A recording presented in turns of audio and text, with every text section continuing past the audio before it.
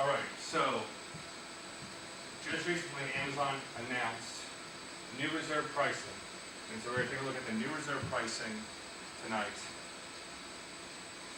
And as always, we're going to talk about our sponsors. Relative to the sponsor, of course, we also have Cloud Checker and Alert Logic as sponsors of the group. And we appreciate them for that. This is by me. If you'd like to know more about me, you can look me up on LinkedIn. So, a reserved instance overview. Reserved instances provide you with a capacity reservation. You're guaranteed an AWS instance for a payment at a discounted price, basically, is the best way to look at a reserved instance or an RI. So the new pricing model. All instances now on these new pricing models are heavy reserved instances. This is a piece of it. The purchases for light and medium reserved instances go away on February 15th, 2010. This is from a whole slide. Don't worry about that. Are reserved instances tied to an instance? No. You think of reserved instances more like a coupon or a voucher that is applied to your bill for instances that are running to a specified availability zone. So, just because you spin up one instance, and you purchase that reserved instance, and USE's 1A, and instance goes away, it doesn't mean necessarily that when you spin up another one, you can't use that reserved instance anymore. It's just a coupon to say you're going to pay this much, this kind of price for an instance of this type in this availability zone. If it's an instance of that type is running and it matches the reserved instance, then the billing discount will be applied. If you have multiple accounts and combined billing, that reserved instance pricing is applied across the multiple combined accounts.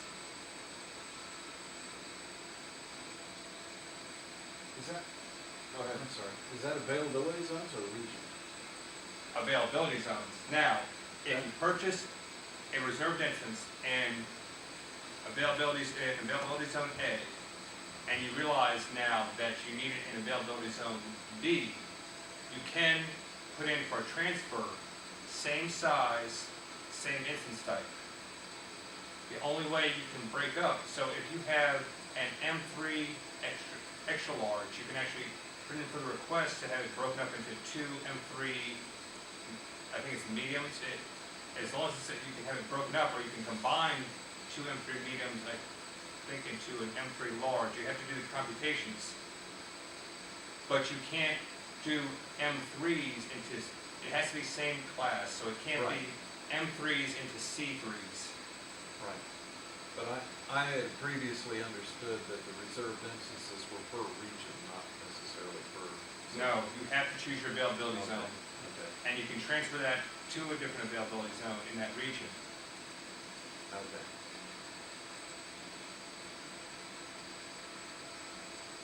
So, 3 is not equal to 3. There were 3 reserved instance types, and now there's 3 pricing models. There used to be the 3 instance types of light usage, medium usage, and heavy usage. This is important to understand because, like I said before, you still have until February 15th to buy previous instance types. The light usage meant that your instance was going to be running, I think you had you had like, I think 6 hours per day. Medium usage had, I think, 10 to 12 hours per day. And heavy usage, of course, is 24 hours, 365 days per year. Now there's the 3 pricing models, which means no upfront payment, the partial upfront payment, or you pay all upfront. So why would you pay all upfront if you didn't need to? That's usually the hardest conversation to have with your going up the food chain, whether it be D, B, or C level executives. of getting to ponying up all that money for the reserved instances. But so if they're having a hard time of putting up the money, then you say, well, you don't have to do anything, but you're only going to get a 26% discount. However, if they do want to pay for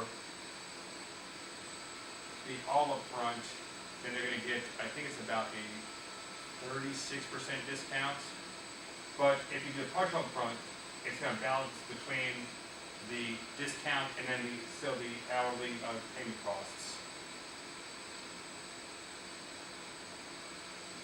But if you still want to buy some lighter reserved medium instances, you have this limited number of days left in the calendar, and before they're no longer available. And if you don't need a reserved instance anymore, there's a reserved instance marketplace.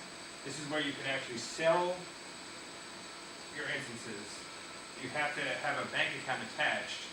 You can only sell $50,000 worth of instances per year. And sometimes you're not going to actually be able to sell. I've read stories where guys have actually tried to sell old instances and weren't even able to give them away. Because they're on legacy instances in a zone that nobody really wants. Of a type of, either a Windows type that nobody wants, or like I think a T1 small Windows. It just doesn't have the horsepower to run Windows. Right. You can also buy legacies. You can also buy legacy pieces later on after February 15th on the marketplace. So if you want to buy a medium or light utilization instance and it's past February the 15th, you can go look in the marketplace and buy it at a discount. Now if you're selling, you're going to take Amazon's going to take a 50% cut.